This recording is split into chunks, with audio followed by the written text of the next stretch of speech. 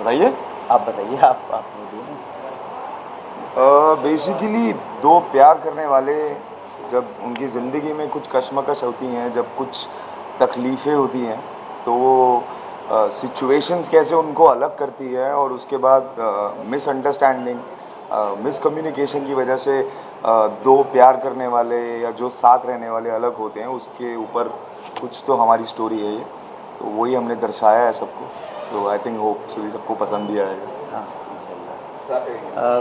कोशिश यही है कि आजकल जो रिश्तों में एक खटास आ रही है तीसरे की वजह से, जो हम स्पेस देते हैं किसी को, अपनी ज़िंदगी में एंटर कर लेते हैं किसी को, तो उस चीज़ को मैं मतलब दिखाना चाह रहा था कि तीसरा अगर आएगा तो लाइफ में प्रॉब्लम आएगी। तो हमें मतलब तीसरे को इतनी स्पेस देना ही नहीं है कि जो हमारे रिश्ते में जो खटास आए, चाहे वो तीसरा कोई बॉयफ्रेंड हो या फिर कोई माँ हो या कोई भी। दुश्मन सासे क्यों होते हैं? हाँ, दुश्मन सासे क्यों होते हैं? हाँ, फिर लड़की की हो या लड़के की हो? कोई भी नहीं। ऐसा है, देखिए, सास नहीं होती, मतलब जब लड़की अगर ज़्यादा, लड़की की माँ, आजकल क्या है कि लड़के मतलब इतने बुरे नहीं हैं, समझ रहे हो आप। लड़की की माँ ना, लड़की बुरी है। Thank you. मिसअंडरस्टैंडिंग होनी हाँ। होती है, वो कहीं से भी हो जाती है, मतलब हाँ, वो वो हो सास जाती हो, है। माँ हो, किस कैसे भी, अगर कोई जरिया बन जाता है। लव मैरिज में मोस्टली पेरेंट्स को प्रॉब्लम होती है, तो शायद मतलब उस तरीके से इसमें दिखाया है। बच्चे शूटिंग के दौरान भी बताएंगे कि कैसा था उसका माहौल, मजाक मस्ती, जैसे गाना ऐसे खत्म ना पसंद नहीं पड़ा?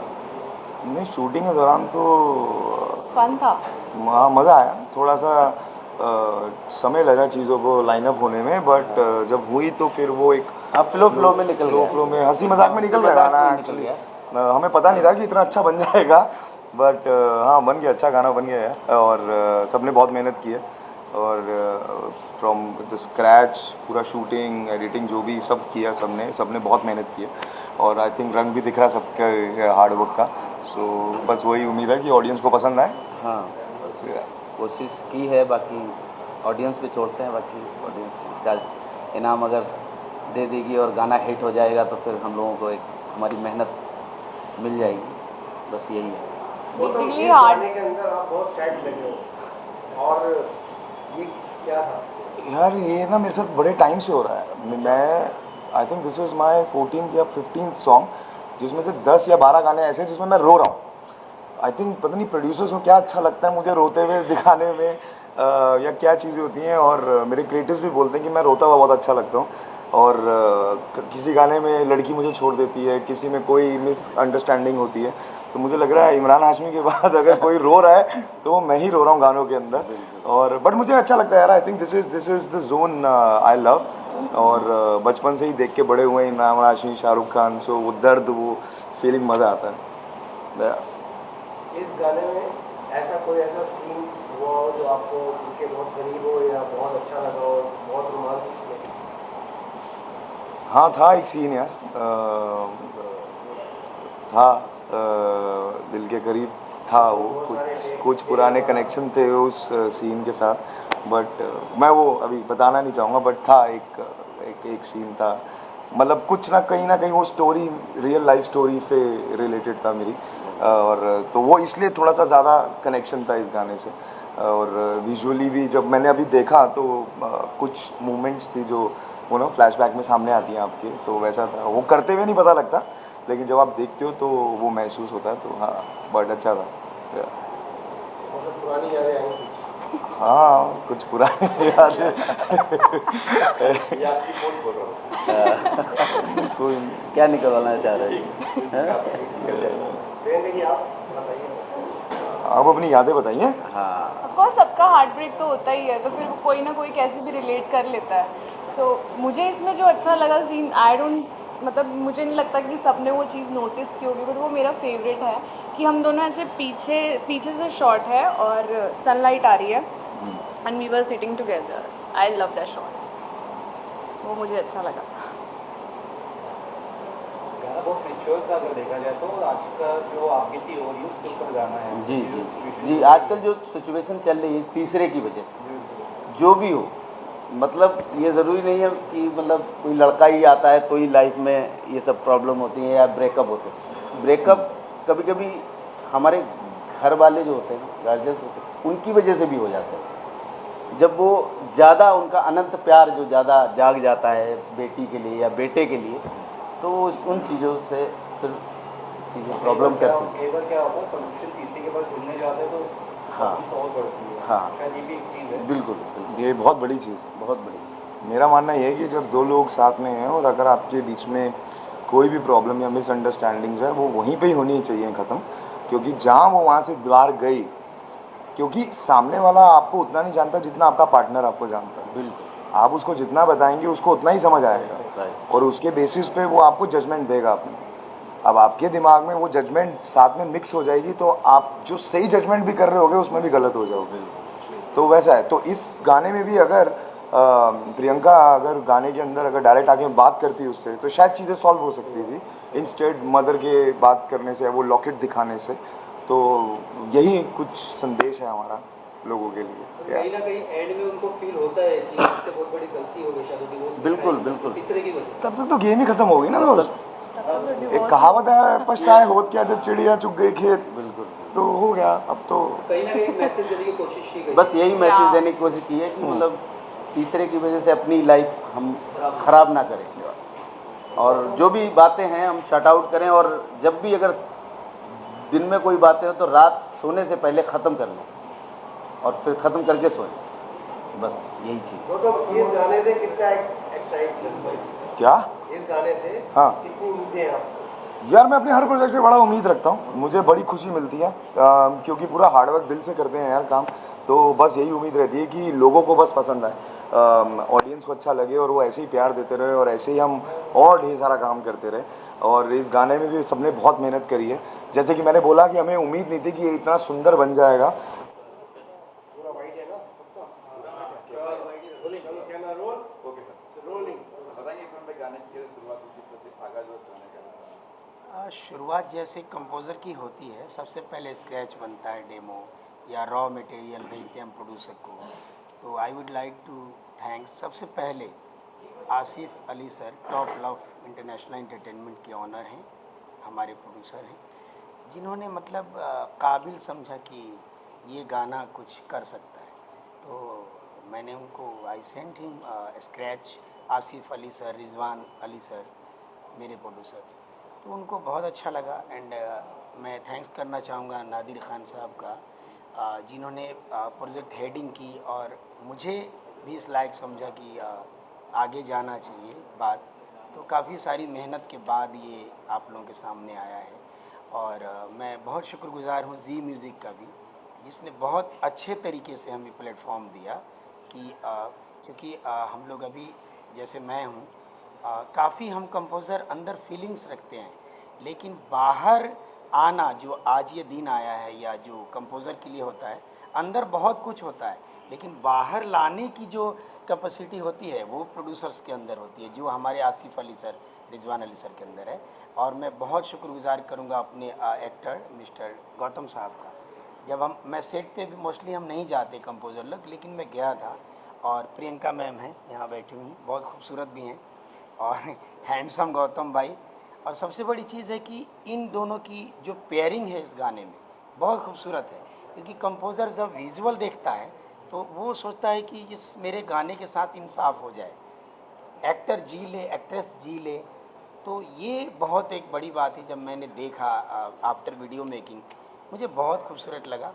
और जिस तरह से स्टोरी लिखी आसिफ अली सर ने, और प्रोजेक्ट हेडिंग की नादिर साहब ने, और मैं मेरे एकदम जिगरी दोस्त मिस्टर मयंक गेरा जी, ये शिरडी में रहते हैं, ये साईं बाबा के बहुत भक्त हैं। और इन्होंने जब मुझे वो 2 लाइनें भेजी थी, तो उसमें हमेशा के लिए एक दूसरे की दुखती रग हो रहे हैं, हमेशा के लिए अलग हो रहे हैं। मुझे बड़ी डिफरेंट लगा ये चीज़, क्योंकि ये बहुत कम आया था ये जो चीज़ें थी। क्योंकि अक्सर क्या होता है कि बेवफा सनम ऐसी चीज़ें बोल देते हैं हम, लेकिन अलग हो रहे में म्यूज़िक ट्रीटमेंट मैंने जो किया है उसमें बहुत म्यूज़िक नहीं है, क्योंकि साइलेंटली वो बातों को दिल से कहना है कि अलग हो रहे हैं, तो वहाँ म्यूज़िक छोड़ दिया हमने, गैप है और अलग हो रहे हैं, वो लिरिकल चल रहा है। तो लिरिक्स बहुत खूबसूरत लिखने के लिए मैं मयंक को, मेरे अपने दोस्त को, मयंक भाई को बहुत इनका शुक्रगुजार हूँ।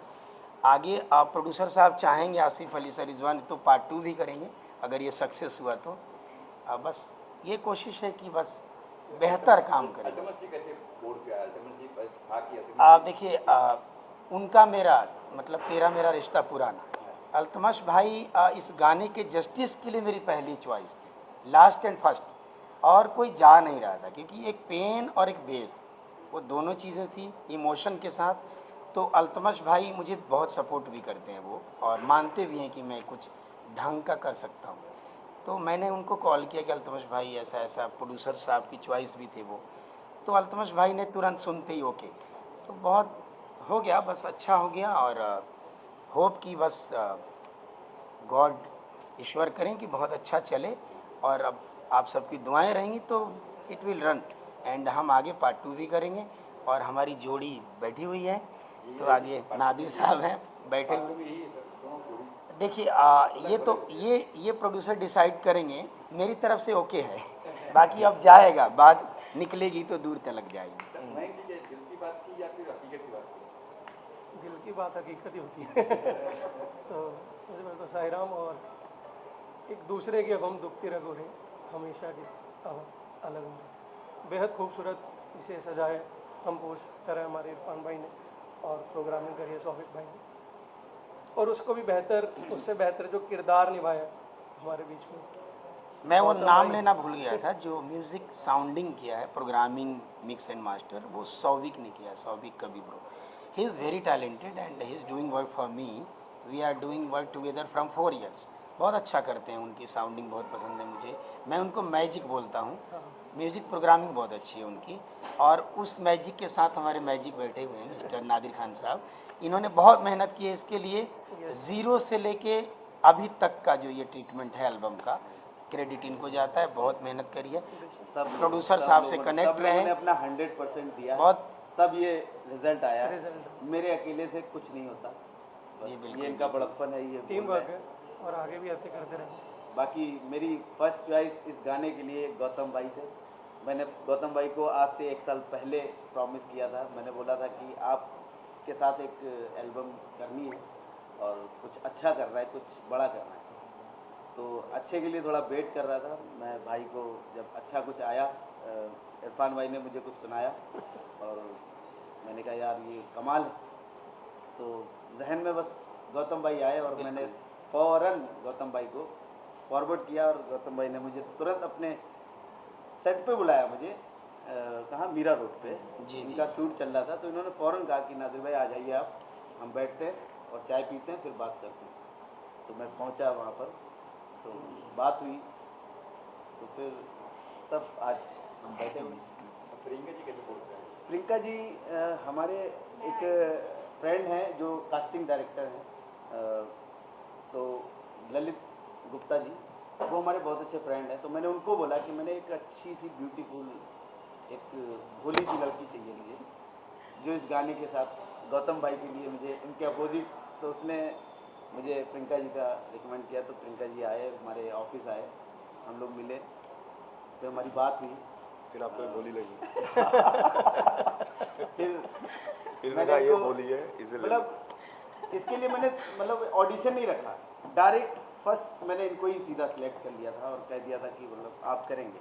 यही आंखें चाहिए थी, यही आंखें चाहिए थी, और बस यही, और यही जोड़ी चाहिए थी जो बैठी है आपके सामने। जी बस प्रियंका जी, फिर क्या रिएक्शन था जब आपको कहा गया कि आप बट हो गई है गाने में, साथ में गौतम जी, अल्तमश जी गा रहे हैं, क्या रिएक्शन था, मन में क्या आया? अच्छा लगा मुझे, इनको मैंने देखा था बिग बॉस में, तो of course I was excited, और नादिर सर के साथ तो पहली बार काम कर रही थी, तो इन्होंने बोला था कि हमारे सेट पे ऐसे फैमिली वाला माहौल रहता है, ये वो सब कुछ, तो अच्छा था। और बहुत मस्ती मस्ती में सॉन्ग हो गया, पता ही नहीं चला बहुत, और इतना अच्छा बन भी गया। तो जब फर्स्ट टाइम आप शेयर पे आए, फर्स्ट डे गौतम जी सामने थे, तो कुछ nervous वेरी थे? रूड, हाँ? He was very rude. 2 रीलें बनाई हैं इसने मेरे साथ। तो ही वॉज वेरी रूड, मतलब मैंने ऑफकोर्स पहली बार शूट कर रही थी, पर मैंने सब बहुत के साथ शूट किया है, मतलब कोई ऐसे बिहेव नहीं करता। ही वॉज लाइक यार मैं नहीं से अलग हो गए थे। नहीं ऐसा नहीं ये फील में आ गए थे भाई। हो गया है कि गाना ऐसा गाई सुन feel के इनके हाँ, मतलब पूरा जहन में feel। ऐसा हो गया था कि ये भी अभी उसी जोन में चले गए थे भाई। नहीं बट आधे घंटे में पूरा लेकिन नादिर भाई ये गाना कहाँ पर shoot आधा घंटा तो लगता है इंसान को झलक होने में यार। ये गाना मैंने मुंबई में ही किया है। हाँ मुंबई में ही किया। कितने दिन में शूट हुआ ये गाना? जी कितने दिन में शूट हुआ? ये हम लोगों को कितना 2 डेज लगे 2 डेज। गाना एक मैसेज के साथ निकल लगता है ऑडियंस को इसे सीखना चाहिए, स्पेशली आजकल की कपल्स को, स्पेशली मैरिड कपल्स को बहुत ज़रूरी है। बहुत ज़रूरी है यार, सीखना चाहिए, क्यों नहीं सीखना चाहिए। आजकल यही तो चल रहा है यार, दूसरे का तो डिवोर्स चल रहा है। हाँ हाँ तो आई थिंक अगर लोग समझ जाएं तो रिश्ते बच जाएंगे कुछ, बस यही कुछ। और लोग खुद ही समझ जाएं और उनके आसपास जो है वो भी समझ जाएं, चाहे वो पेरेंट्स हो या फ्रेंड्स हाँ, हो। उनको भी एक मैसेज देने की कोशिश की है। तो सब अपनी ज़िंदगी में रहो यार, खुश रहो, दूसरे को जीने दो। लेकिन गौतम जी एक ट्रेंड बन गया, आप हमेशा रुलाते हैं डायरेक्टर लोग, रोमांस करने का मौका नहीं देते, साइड ही रखते हैं, क्या है ये तुम्हारा थीम बन गया तुम्हारा। है ना, मैं भी यही सोच रहा हूँ, अगला गाना मैं रोमांटिक करूँगा। भाई की आंखें ज़्यादा खूबसूरत हैं और ये रोते हुए बड़े खूबसूरत दिखते हैं। तो मैंने इनको जब ये सेट पे आए थे तो मैंने इनको बोला था कि मैं आपको आज बहुत रुलाने वाला हूँ, तो ये हंसे। मैंने कहा नहीं, मैं सच बोल रहा हूँ, मैं आपको बहुत रुलाने वाला है हूँ। ना, तो मैंने बहुत लड़कियाँ रुला रही है दोस्त, हर गाने में कोई ना कोई रुला ही रही है। Thank you. Thank you.